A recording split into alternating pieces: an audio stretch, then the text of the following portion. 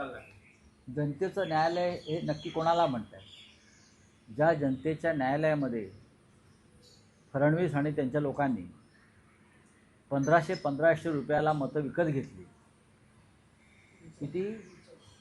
1500 रुपयाला मतं विकत घेतली आणि अत्यंत बोगस लोकांना सुद्धा त्या योजनेचा लाभ दिला.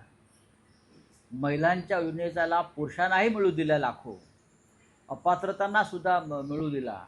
अशा लाखो लोकांना 1500 रुपये देऊन ऐन निवडणुकीमध्ये आपण एक विजय प्राप्त केला. ते भ्रष्ट जनन्यायालय आहे. भ्रष्टाचाराच्या माध्यमातून तुम्ही जनता न्यायालयाचा देखावा उभा करत असाल तर तुम्ही देशाच्या लोकशाहीवरती बरं का संकट आणताय. EVMचा घोटाळा करून तुम्ही ही जनता न्यायालय निर्माण केलेलं आहे. प्रचंड प्रमाणात भ्रष्टाचार करून त्या भ्रष्टाचाराचा पैसा मतदारांना देऊन तुम्ही या जनता न्यायालयाची निर्मिती केलेली आहे. आणि हाच निकाल सर्वोच्च न्यायालयात लागेल ही का धमकी आहे का? ही धमकी आहे का? एका बाजूला नरेंद्र मोदी सांगतात मी तुमच्या पाठीशी आहे, गद्दारांना सांगतात मी तुझ्या पाठीशी आहे. दुसऱ्या बाजूला महाराष्ट्रामध्ये राज्याचे मुख्यमंत्री सांगतात सर्वोच्च न्यायालयामध्ये सुद्धा आमच्या बाजूनच निकाल लागेल. तुम्ही काय सर्वोच्च न्यायालयाच्या प्रमुख न्यायमूर्तींना भेटून आलात का?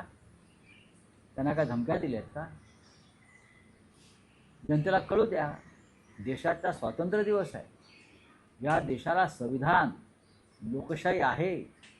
या देशामधल्या संविधानिक संस्था या पंडित नेहरूंच्या काळापासून निष्पक्षपातीपणे काम करत होत्या. निवडणूक आयोगासारख्या आणि सर्वोच्च न्यायालयासारखा तुम्ही त्यांना भ्रष्ट करण्याचा आणि त्यांना दबावाखाली आणून निकाल देण्याचा प्रयत्न करत असाल तर या देशातली जनता ते सहन करणार नाही.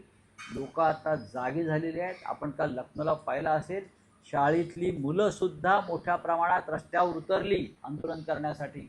देवेंद्र फडणवीस कृपा करून आपल्यावर म्हणजे तुमच्यावर संकट ओढवून घेऊ नका. बाकी जे काय इतर टोळ्या आहेत त्यांचं काय करायचं ते आम्ही बघू. कुठील टोळ्या तुम्ही त्यात पडू नका. हे तुमचं काम नाही. उगाच ओढून ताणून काही वेगळ्या गोष्टी करण्याचा प्रयत्न कराल तर ताणेपर्यंत तुटू नका, धमक्या देऊ नका. न्यायालयाला त्यांचं काम करू द्या. तुम्ही जी धमकी दिलेली आहे न्यायालयासंदर्भात की सर्वोच्च न्यायालयात हाच निकाल लागेल, हे आम्ही सर्वोच्च न्यायालयाच्या रेकॉर्डवरती आणणार आहोत. मुख्यमंत्री देवेंद्र फडणवीस यांच्या उपस्थितीत मंत्रालयात ध्वजारोहण झालं. चांगली गोष्ट आहे. नार्वेकर उपस्थित होते. हो द्या ना. त्यांची जवळीक वाढल्याचं